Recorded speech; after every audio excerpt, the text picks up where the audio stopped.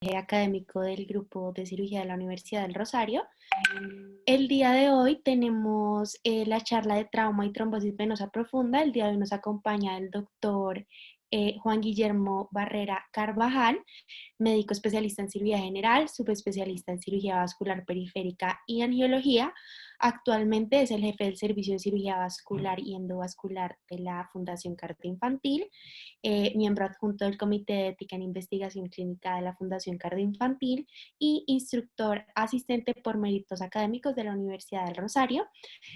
Doctor, muchísimas gracias por acompañarnos hoy y bueno, cuando usted quiera, empezamos. Bueno, muy buenas tardes para todos. Muchas gracias. Les pido excusas. Esta conferencia estaba atrasada por circunstancias ajenas a nuestra voluntad. En esta pandemia se nos fue el trabajo todo para las tardes y entonces tuvimos una serie de dificultades. Entrando en materia, quiero mostrarles a ustedes realmente un cuadro que debemos siempre tener en mente, y es que el tromboembolismo venoso es la trombosis venosa profunda de la extremidad inferior y su extensión a través de la vena cava inferior a la aurícula derecha, de allí al ventrículo derecho y de allí a la arteria pulmonar. Entonces, cuando hablamos de enfermedad tromboembólica venosa, es este complejo y tenemos que tenerlo siempre en mente para enfocar el tratamiento y el diagnóstico de nuestro paciente.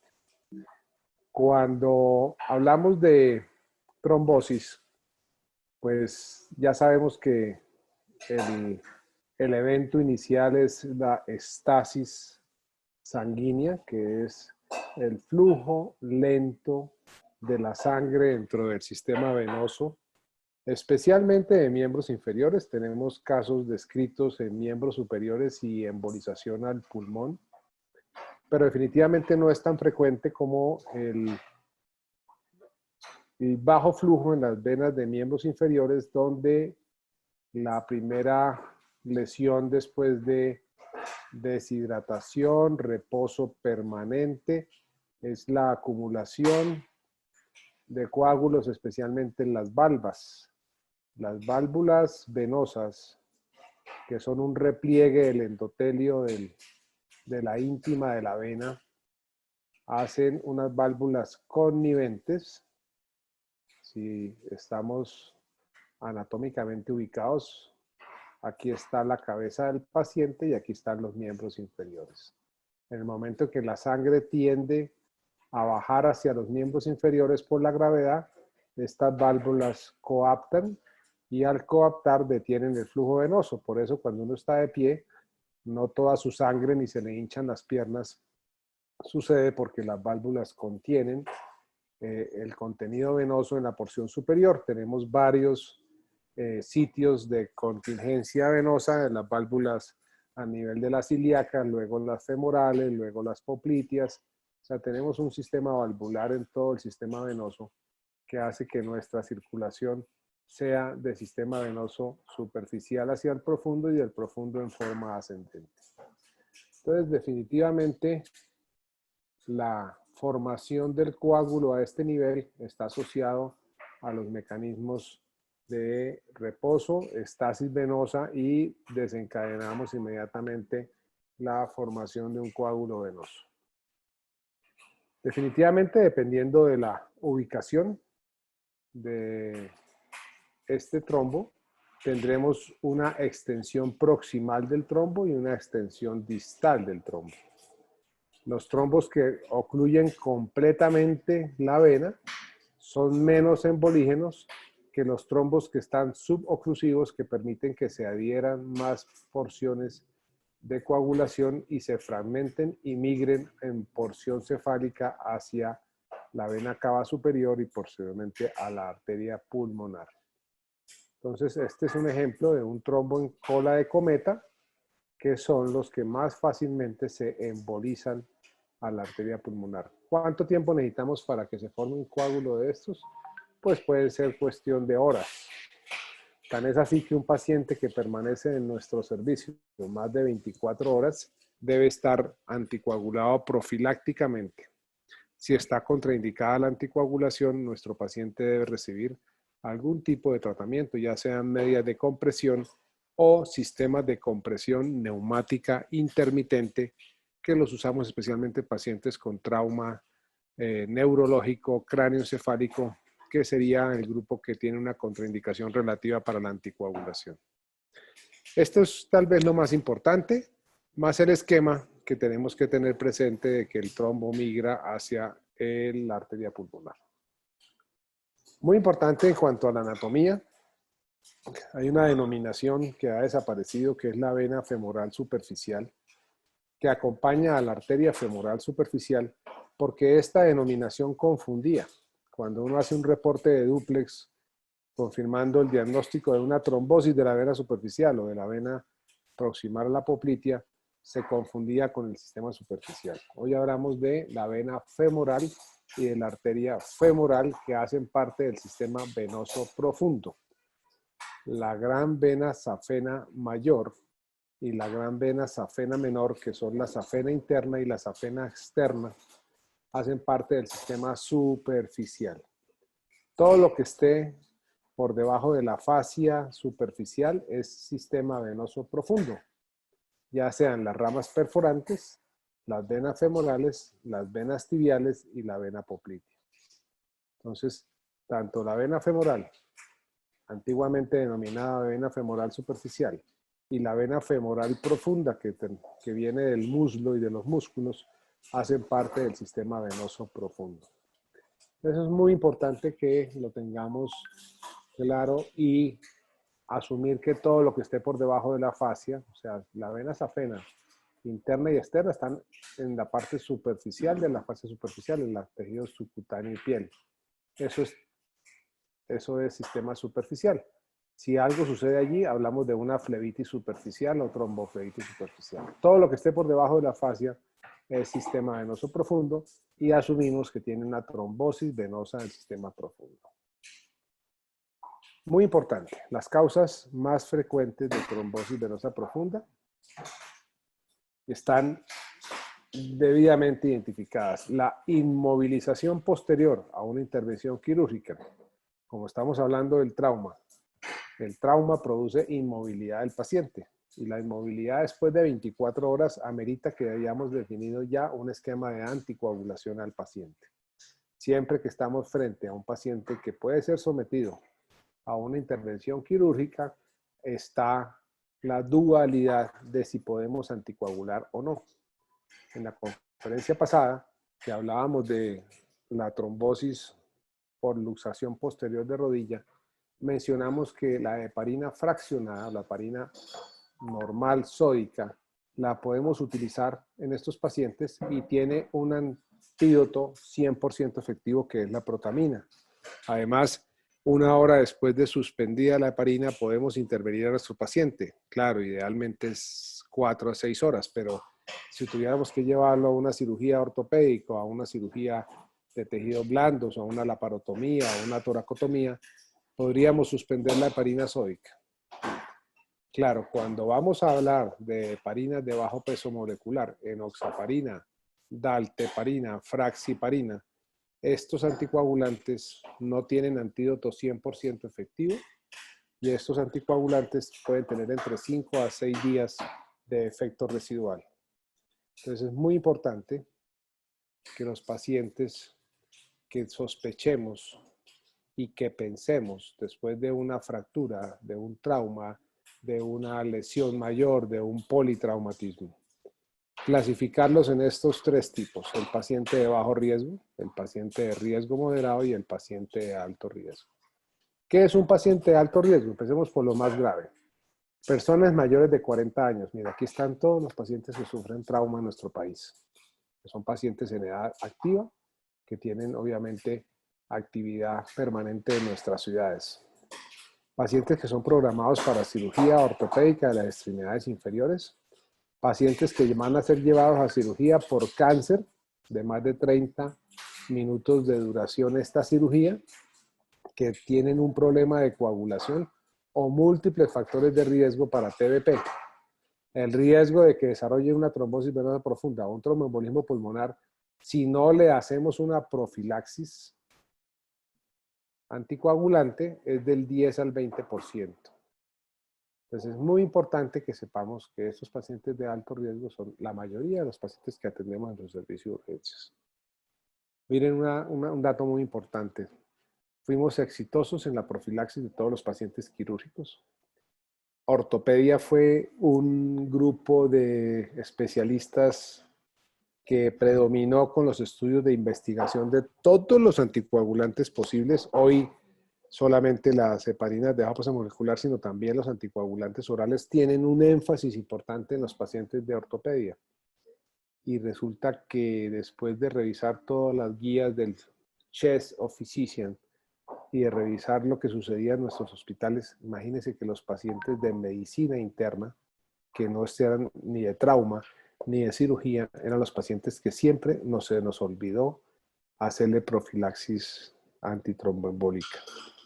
Entonces los invito a que tengamos en mente trauma, cirugía mayor y no olvidemos los pacientes de cuadros clínicos, neumológicos, medicina interna, por otras patologías que no son quirúrgicas, que permanezcan más de 24 horas hospitalizados deben recibir algún tipo de tromboprofilaxis.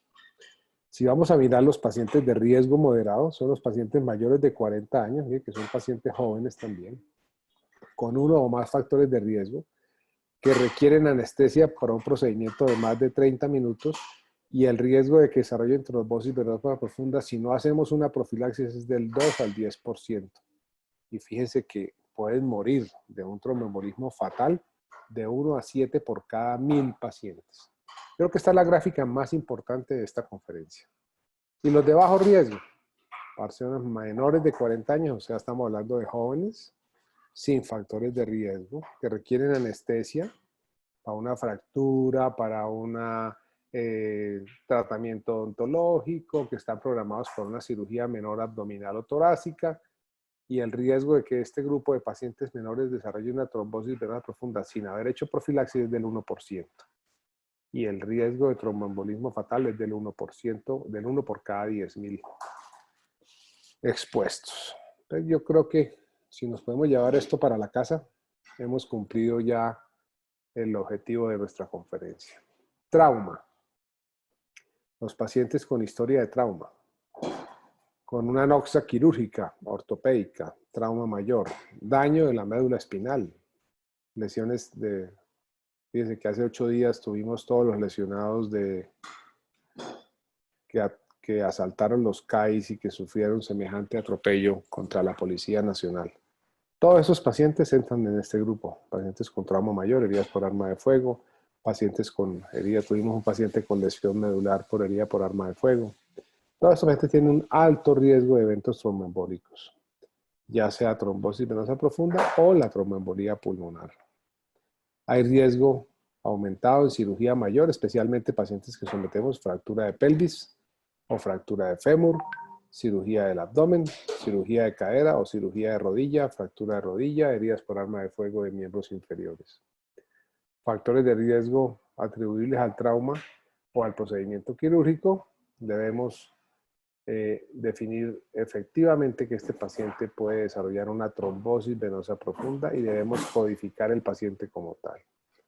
Ya definimos las cirugías, hay un estudio claramente definido con un radio mayor de 10, un radio de 2 a 9 y los pacientes de bajo riesgo con un radio menor de 2.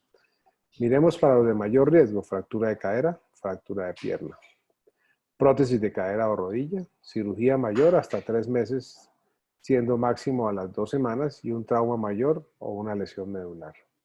Riesgo medio, hospitalización reciente.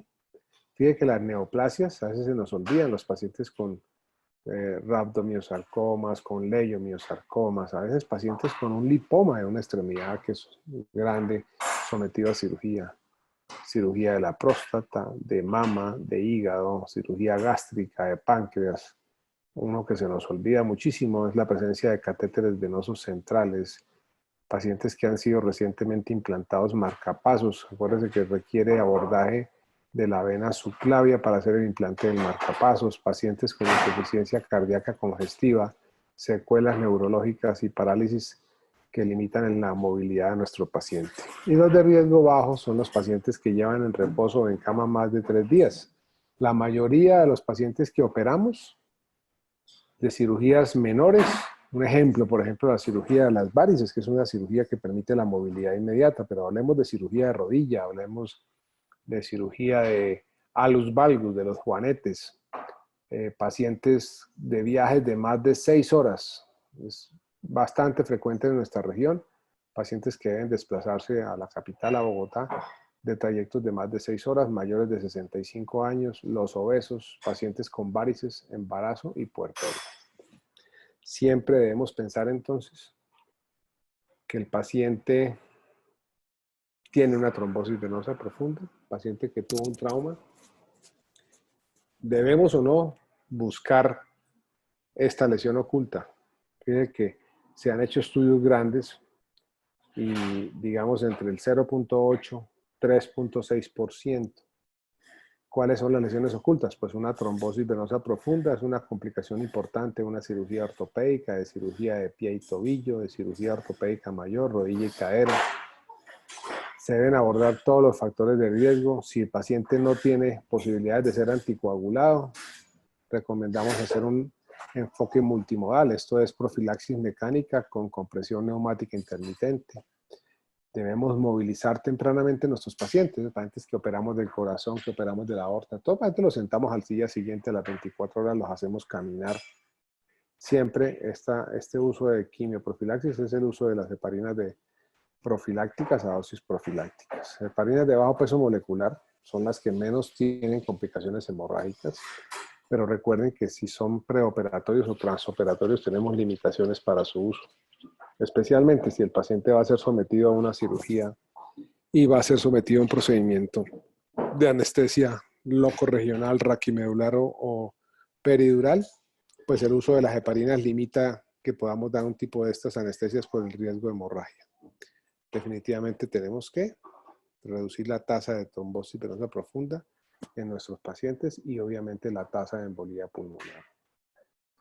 Los signos y síntomas de la trombosis venosa profunda.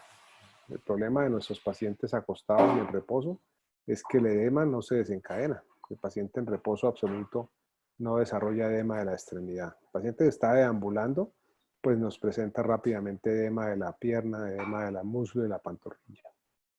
Hinchazón, dolor en la pierna, sensación de calor en la parte de la extremidad afectada, enrojecimiento y alteraciones de la piel. Siempre nos debe hacer sospechar la presencia de una trombosis venosa profunda en nuestro paciente. Aquí vemos en las imágenes de dúplex un trombo, el trombo dentro de la vena femoral común. Aquí está la confluencia de la vena safena. Estamos en la vena femoral común. Aquí estamos viendo una trombosis subaguda. Ya vemos algo de recanalización y flujo peritrombo. De eso lo podemos detectar mediante el estudio de dúplex color o dúplex escáner o triplex, que finalmente lo que usamos es la unión de Doppler, ultrasonido, de flujo Doppler y el color. Por eso se denomina triplex. Mire que la incidencia del trauma de trombosis venosa profunda y tromboembolismo es del 12% aproximadamente. Pacientes, no todos los pacientes con trauma tienen la misma tasa de trombosis venosa profunda. Pacientes con trauma grave llega al 12%. Tromboembolismo pulmonar. De 22.000 pacientes estudiados fue el 1.5%, o sea, un tercio de los casos que desarrollaron tromboembolismo pulmonar en pacientes con trauma mueren, fallecen por un embolismo masivo, arresto cardíaco y fallecen. Entonces vamos a darle un puntaje para hacer el diagnóstico de trombosis venosa profunda y para eso tenemos el score de Caprini, de bajo riesgo, riesgo moderado, alto riesgo y riesgo muy alto. Voy a referirme al de riesgo alto, pacientes con múltiples factores de riesgo adicionales, diabéticos, obesos, POC, fumadores, enfermedad cardíaca. Pacientes que son sometidos a artroplastia de cadera, artroplastia de rodilla, fractura de cadera o pierna, o pacientes con diagnóstico de lesión medular o trauma múltiple, tienen 5 o punto más del score de Clapini, o sea, es un paciente con riesgo elevado. Y el riesgo más bajo, una cirugía menor en paciente menor de 40 años sin factores. No voy a repetir el resto de las indicaciones ya expuestas. Todos los estudios que se han realizado, aleatorizados y controlados, el objetivo fue encontrar cuál fue el mejor método de profilaxis. Se determinaron comparando heparina no fraccionada frente a los pacientes que no recibieron profilaxis y se aplicó en algunos pacientes de ellos compresión neumática, que son unas mangas de caucho que se colocan en los miembros inferiores y una bomba que hace compresión neumática intermitente para hacer un símil de lo que uno hace cuando camina. Se contraen los músculos de la pantorrilla y de esta forma comprimen las venas de miembros inferiores, que es la única bomba venosa que existe. Nosotros tenemos una bomba arterial, que es el corazón, y la única bomba venosa es el cojinete plantar y los músculos de la pantorrilla cuando caminamos. Los resultados fueron asombrosos. Definitivamente la incidencia de TBP no hubo ninguna diferencia, con un O radio bajito, y finalmente ocurrió con la compresión neumática, no se encontraron diferencias significativas, o sea que simplemente pensar y establecer algún método. Si no pueden recibir tromboprofilaxis, usamos un método de compresión neumática. La trombosis venosa profunda debemos también siempre comprender que es multigénica. Está asociada a múltiples factores de riesgo, especialmente pacientes quirúrgicos. Y miren, no olvidar los pacientes de medicina interna, de causas clínicas hospitalizados en nuestros servicios. Dentro de los factores de riesgos para trombosis profunda están los traumas, el politraumatismo, las fracturas de pelvis como los más predominantes, y en los pacientes mayores que sufren fractura de pelvis mayores de 70 a 80 años, el extremo proximal del fémur y los huesos largos de los miembros inferiores producen una inmovilidad prolongada de la extremidad. Por eso la cirugía de cadera es una cirugía desarrollada para que el paciente camine rápidamente. Entonces no es lógico que tengamos un paciente con fractura de cadera hospitalizado más de 48 horas. Debe ser llevado a cirugía, hacer corrección de su fractura de cadera y que se movilice rápidamente. Las intervenciones extensas, miembros inferiores, pelvis y abdomen, con los pacientes que reciben trauma múltiple en nuestros hospitales. Pacientes con historia de trauma, cirugía ortopedia, trauma mayor, daño de médula espinal, tienen un riesgo alto para enfermedad tromboembólica venosa y tromboembolismo pulmonar. No olvidemos la combinación de pelvis, abdomen, cadera y rodilla. Y los factores de riesgo atribuibles al trauma son los mismos que podemos atribuir al paciente que ha sido sometido a una cirugía. Miren que Virchow hace mucho tiempo describió la patogénesis de la trombosis, y lo que les hablaba, el estasis venoso, las alteraciones del flujo sanguíneo, la inmovilización, poner una férula, poner un yeso, ya estamos activando uno de los factores de la tríada de Virchow. La otra es la lesión endotelial, es el trauma directo o indirecto de la pared. Ya lo vimos en la conferencia pasada con la luxación posterior de rodilla, el estiramiento del endotelio, la exposición del colágeno y la cascada de la coagulación. Y otro grupo, componente grande de la tríada de Virchow, son las alteraciones de los componentes sanguíneos. La principal causa es un estado heredado de hipercoagulabilidad. Entonces aquí está el grupo de las trombofilias. Como estamos en el grupo de estudiantes jóvenes, las trombofilias son los factores de deficiencia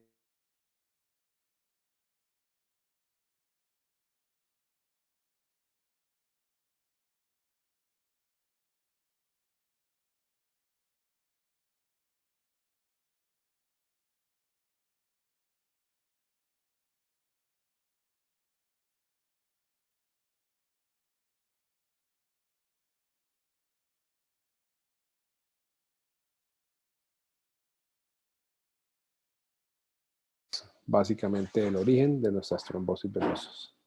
El espectro es muy severo, realmente es amplio, dolor, edema, puede haber al principio congestión de la pierna hasta que entremos en un cuadro que es la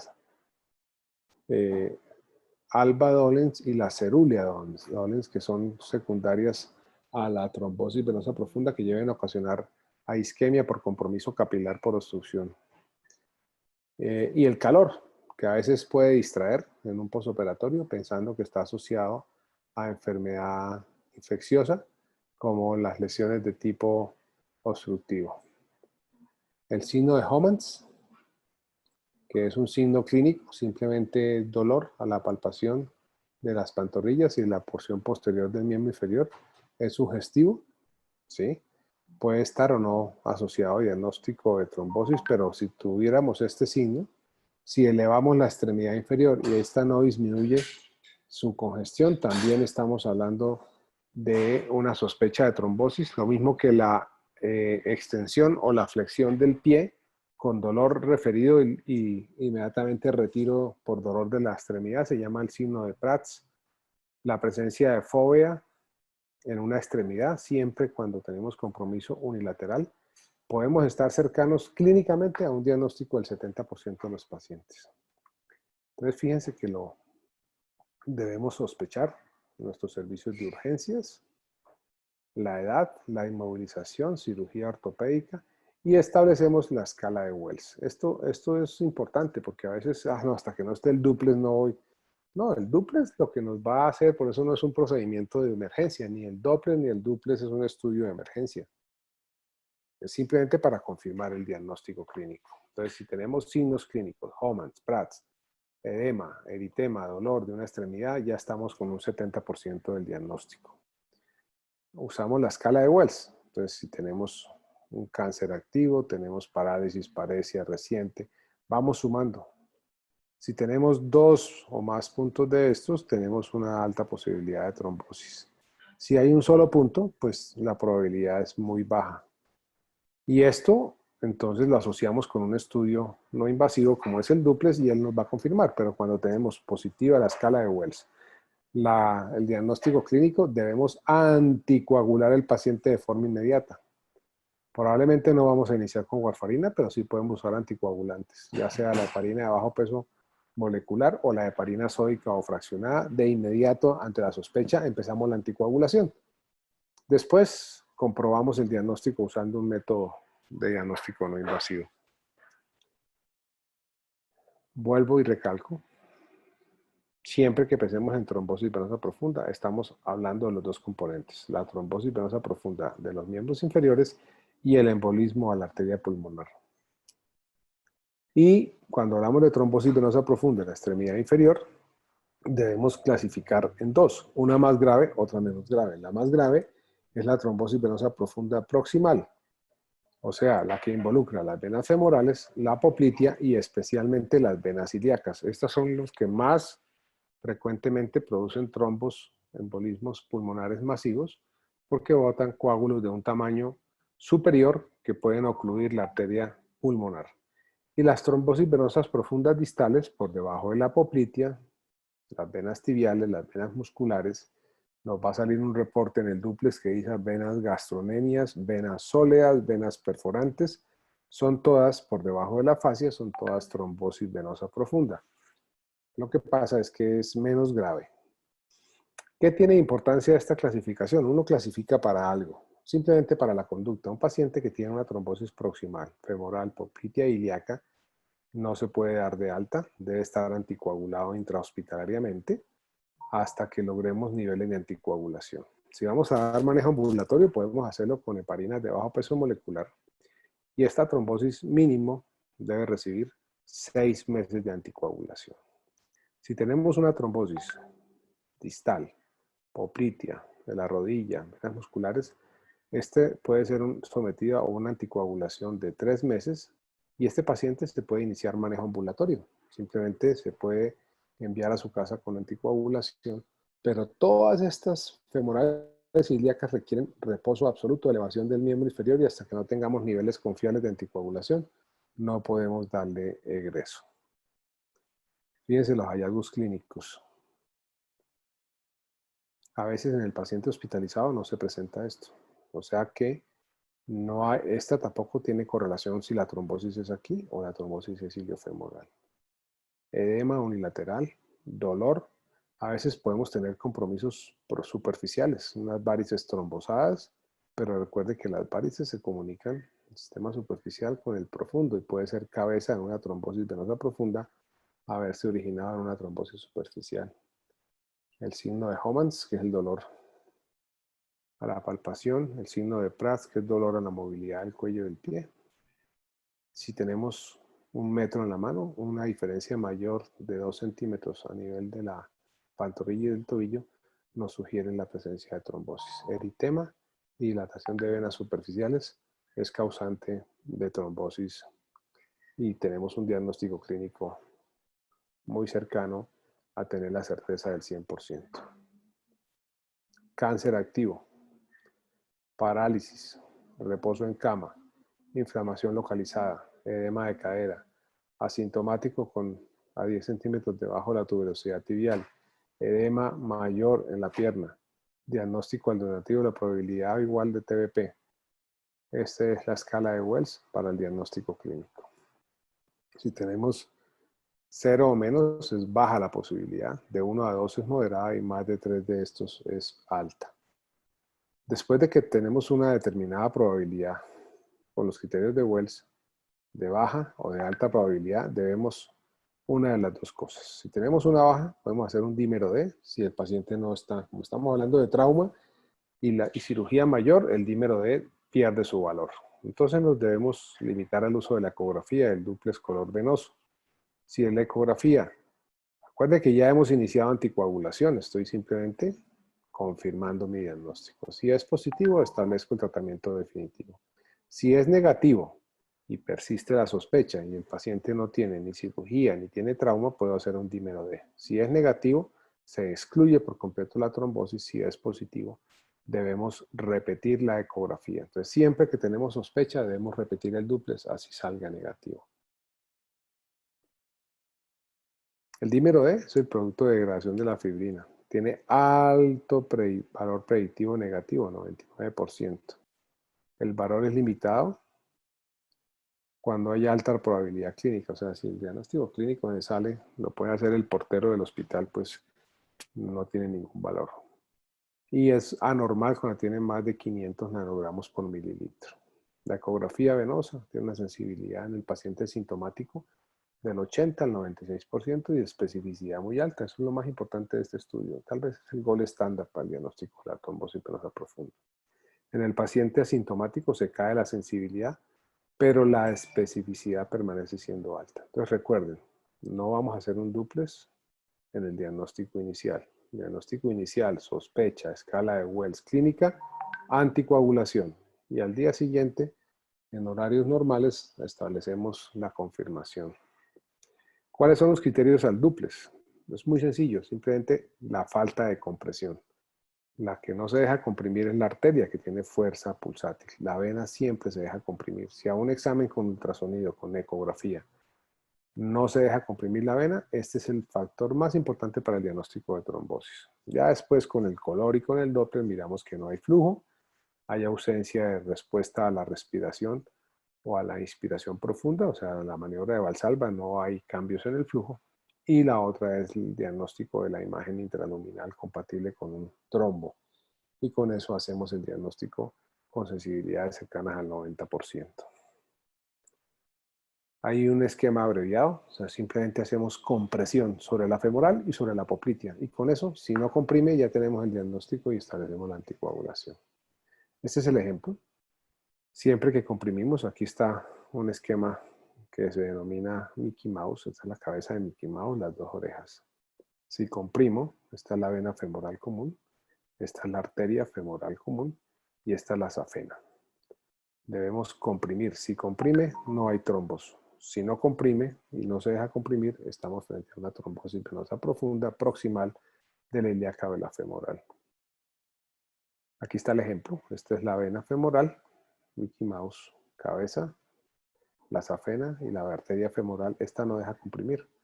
Hago la compresión, se comprime y colapsa completamente. Obviamente la arteria no se deja comprimir. Y este es el diagnóstico patognomónico de trombosis venosa. Claro, ya si vemos el trombo, pues estamos confirmando el diagnóstico y estamos viendo el flujo. Las trombosis tardías pueden recanalizar y estamos viendo en algunos cambios a nivel de la pared en las trombosis tardías. Otro ejemplo de una trombosis tardía, donde esta es la vena y esta es la compresión parcial de la vena femoral. Un ejemplo con un trombo, con una, como veíamos, como una cometa, que son los que pueden extenderse longitudinalmente. Es un trombo que está flotante. Este paciente debe estar en reposo absoluto y anticoagulación, ante la evidencia de que tiene un trombo que todavía no está adherido a las paredes. Repaso para llevar a la casa: la tríada de Virchow y los factores adquiridos. Bien, que los pacientes nuestros, disminución de la movilidad, mayor de 40 años, cáncer activo. Mire este punto muy importante. Mujeres de estos grupos jóvenes, los anticonceptivos orales o tratamientos hormonales sustitutivos son los que aumentan la posibilidad de trombosis venosa profunda.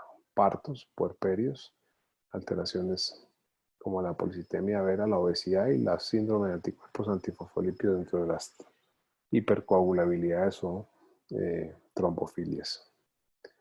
Básicamente pacientes sintomáticos con sospecha de TBP, de riesgo bajo o de riesgo alto, el doble del dímero, que ya lo habíamos repasado para llevar a la casa. Tratamiento: la piedra angular es iniciar la anticoagulación. Una vez vamos a dar de alta al paciente, podemos iniciar warfarina, establecer un INR para trombosis venosa profunda, tromboembolismo entre 2 y 3. Los anticoagulantes orales alcanzan el efecto apenas entre el cuarto y 5 días después. Por lo tanto, se deben asociar a la heparina.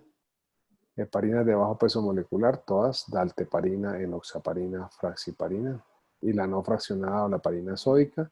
Y las que tienen resistencia a la heparina, no olvidemos que tenemos resistencia a la heparina y usamos el fondoparinus, o Aristra se llama comercialmente. Sospechar siempre que tenemos trombosis iliofemoral, una trombosis venosa profunda extensa masiva. Alta sospecha de tromboembolismo pulmonar. Los pacientes se debe iniciar, si se establece esto, debemos pensar muy bien si ponemos a deambular al paciente, debemos acostarlo, elevar los miembros inferiores, anticoagular y poner unas medias de compresión elástica. Siempre que el paciente está inestable, debemos sospechar un tromboembolismo pulmonar asociado a tensión arterial sistólica menor de 90, signos de shock, hipertensión pulmonar. Ese paciente requiere anticoagulación absoluta, reposo, traslado a la unidad de cuidado intensivo, ecocardiograma urgente. Si el eco no muestra cambios a nivel de cavidad derecha ni tromboembolismo, debemos asociar otras sospechas de diagnóstico. En esta época de COVID, pues va a ser seguramente el diagnóstico diferencial, el SARS-CoV-2. Si tenemos alta sospecha clínica, debemos asociar un TCAR o una angiotomografía para tromboembolismo pulmonar y de esta forma hacer el diagnóstico. Si hay diagnóstico de TEP, ingreso a la UCI y siempre pensar en la trombolisis para el salvamento de las cavidades derechas y tratar de resolver el coágulo en la arteria pulmonar.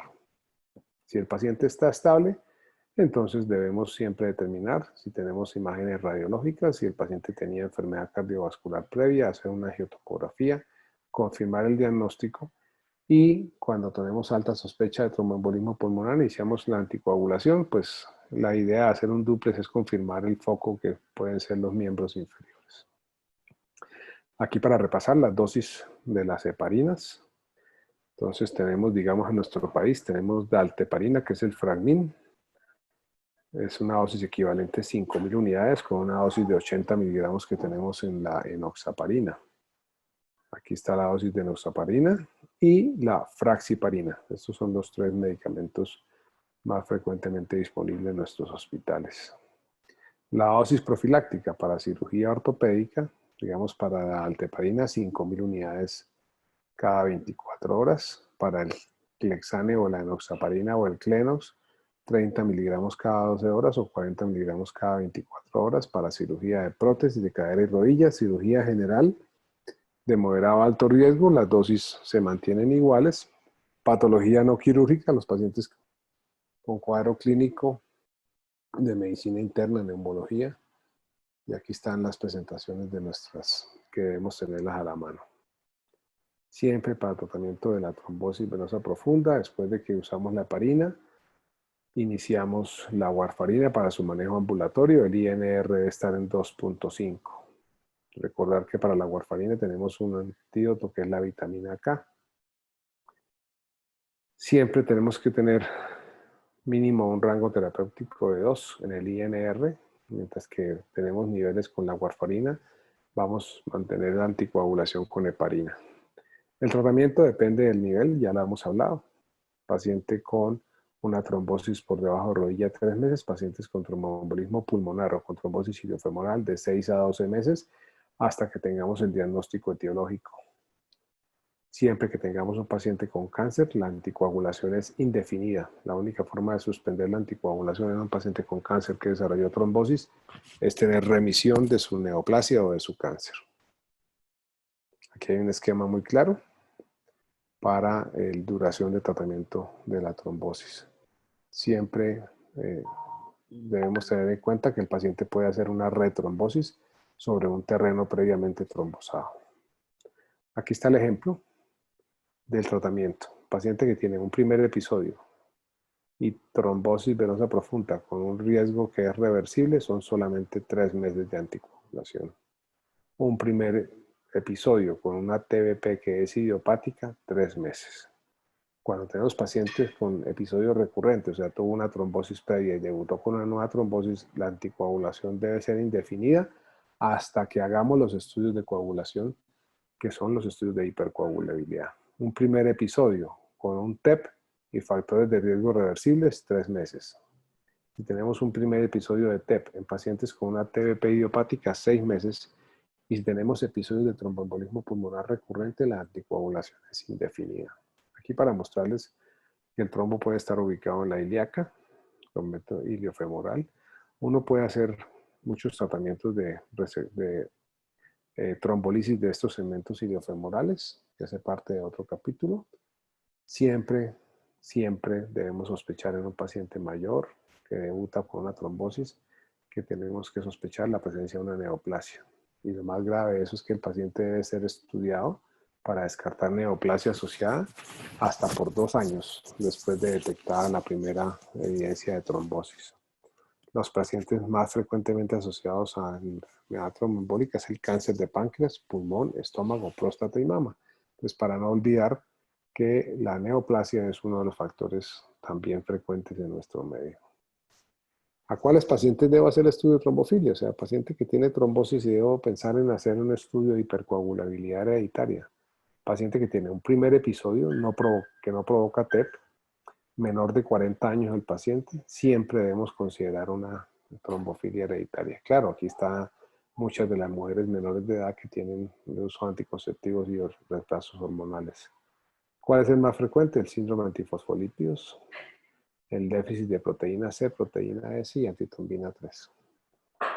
El dímero D, ya lo hablamos, tiene una baja especificidad, pero asociado con la clínica y con otros estudios puede darnos un valor predictivo alto negativo para los pacientes para descartar trombosis venosa profunda. Básicamente para recordar y llevarnos para la casa las zonas diferentes de presencia de trombosis. La incidencia es alta, la mortalidad a 30 días en un embolismo pulmonar ronda del 6% y puede llegar al 13%. Nosotros no tenemos estadísticas, pero más o menos en Estados Unidos hay de 348.000 a 350.000 hospitalizaciones cada año, con un costo importante. Dice que más o menos en los Estados Unidos ronda el costo de la trombosis de entre 7 a 10 billones de dólares por año. Un gran impacto a nivel social, económico, la limitación para nuestros pacientes. Siempre sospechar y confirmar. No olvidar nunca la trombosis idiofemoral y las crónicas como el síndrome postrombótico, que es las lesiones de secuelas secundarias, y esto está asociado a que el paciente vuelva a hacer más trombosis. Aquí simplemente para mostrar los estudios de trauma realizados en Estados Unidos, el uso de la anticoagulación con heparina para prevenir el tromboembolismo. Tenemos estudios con anticoagulantes orales que podrían hacer parte de otro capítulo para revisar, básicamente Abigatran, Rivaroxaban, Apixaban y Rivaroxaban disponibles en nuestro medio. Y más o menos las presentaciones comerciales en nuestro medio, anticoagulación de estos anticoagulantes debemos conocerlos claramente, no voy a gastar tiempo en, en este esquema de anticoagulación. Sí, recordarles que las heparinas fraccionadas siguen siendo válidas, que debemos usar también heparinas de bajo peso molecular, no olvidar que la warfarina sigue siendo el anticoagulante por excelencia y que debemos conocer los nuevos anticoagulantes orales. Las más frecuentes de bajo peso molecular, la enoxaparina y la alteparina, el tratamiento de elección para los pacientes de manera ambulatoria y para hacer el switch para pasar a anticoagulantes orales. Hay unas contraindicaciones absolutas y relativas para la anticoagulación. Fíjense que básicamente es la hemorragia subarachnoidea y cerebral, la hemorragia activa posoperatoria o espontánea, la cirugía ocular o el sistema nervioso central, o la hipertensión arterial no controlada, que es bien frecuente en nuestro medio con crisis hipertensiva. Y relativas, hemorragias gástricas, que siempre es frecuente en nuestro medio, que tuve una hemorragia, que tengo gastritis, tendencia hemorrágica no activa, cirugía mayor reciente, menos de 4 o 5 días, hipertensión arterial crónica mal controlada, la endocarditis bacteriana y la insuficiencia renal grave. Siempre tenemos que tener en clave que los anticoagulantes de bajo peso molecular, enoxaparina, alteparina, requieren ajustar de acuerdo a la función renal. Las medidas generales de apoyo no debemos olvidarlas, no solamente es anticoagular el paciente, hay que elevar la extremidad inferior 45 grados arriba, usar analgésicos asociados con periodos cortos de 3 a 5 días. El antiinflamatorio no esteroideo, obviamente debemos tenerlo muy interrogado si usamos, pero el uso de acetaminofén es suficiente. Tratamiento prolongado de medicamentos antiinflamatorios no esteroideos de aspirina debe evitarse por los elevar las piernas, una almohada en una superficie blanda 45 grados, mantener el máximo nivel de actividad física y de ambulación lo más pronto posible. Aquí para recordar las dosis de la enoxaparina, la dosis terapéutica, la dosis profiláctica y la alteparina. No hay necesidad de hacer monitoría de estos anticoagulantes. Casi siempre las trombosis tienen una o más condiciones subyacentes. Cáncer, hospitalización, cirugía, trauma. Pacientes con TBP idiopática tienen un riesgo de recurrencia mayor del casi 10%. Antecedentes de importancia para nuestros pacientes, siempre tenerlos en cuenta en nuestra historia clínica. Factores de riesgo para TBP, la incidencia. Ya vimos que es altamente incidente y prevalente la presencia de trombosis en los hospitales.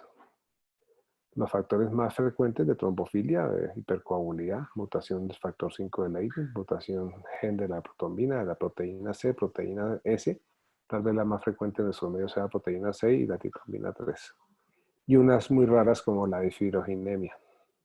Esos estudios se hacen todos después de estar en el egreso hospitalario, no se hacen en agudo, se pueden hacer 3 o 4 meses después de estar anticoagulado, sí se deben hacer antes de suspender la anticoagulación.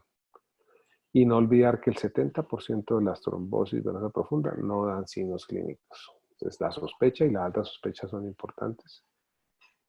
Siempre el 50% del diagnóstico es clínico, puede estar errado, y el dilema es si anticoagulamos o no. Yo pienso que es muy importante obrar por exceso y estar anticoagulados y después confirmar. Y siempre hacer estudios complementarios para confirmar el diagnóstico de trombosis. Los anticoagulantes orales más frecuentes, rivaroxaban, dabigatran. Y aquí simplemente para volver a recordar la ubicación más frecuente para llevar a la casa de las trombosis venosas profundas ocasionadas a los pacientes asociados a trauma. La poplitea un 10%, poplitea y femoral proximal 42%, poplitea que se extiende hacia toda la femoral 5%, poplitea femoral y la femoral común hacia la ilíaca 35% y solamente la trombosis ilíaca un 8%. La confirmación es por duples, la compresión como les había enseñado.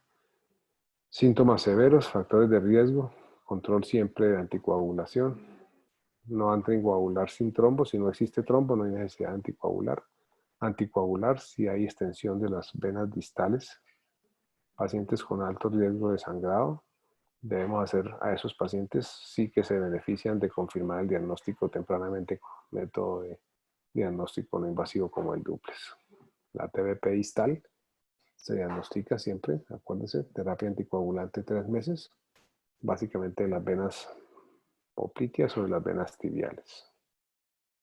Tratar con anticoagulantes y se anticoagulan porque tienen el riesgo de extenderse de la manera proximal hacia las venas femorales y popliteas.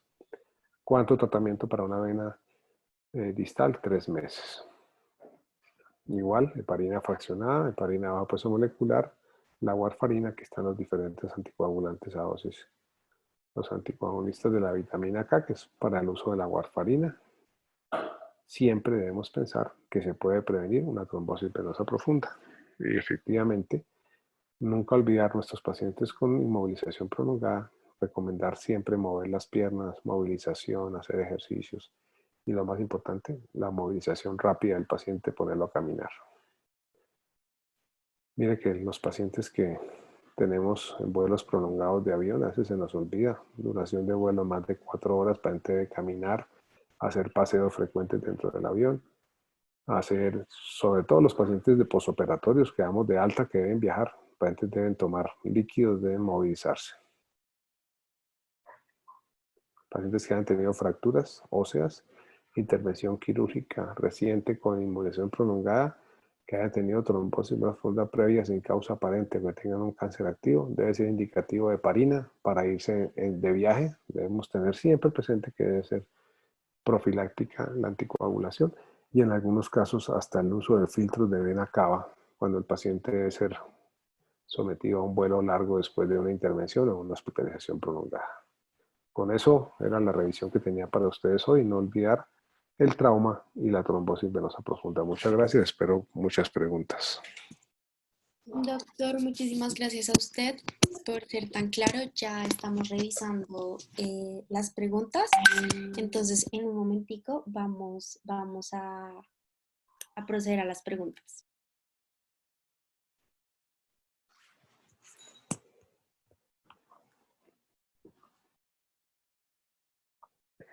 Doctor, tenemos una pregunta que nos enviaron por privado que dice que qué tan frecuente es la reincidencia en la misma zona donde se produjo el trombo anterior. Sí, muy importante pregunta. Miren que las trombosis venosas profundas se nos olvida después de que suspendemos la anticoagulación. Ya vimos que las trombosis distales infrapopliteas 3 meses y las trombosis proximales y iliofemorales 6 meses de anticoagulación.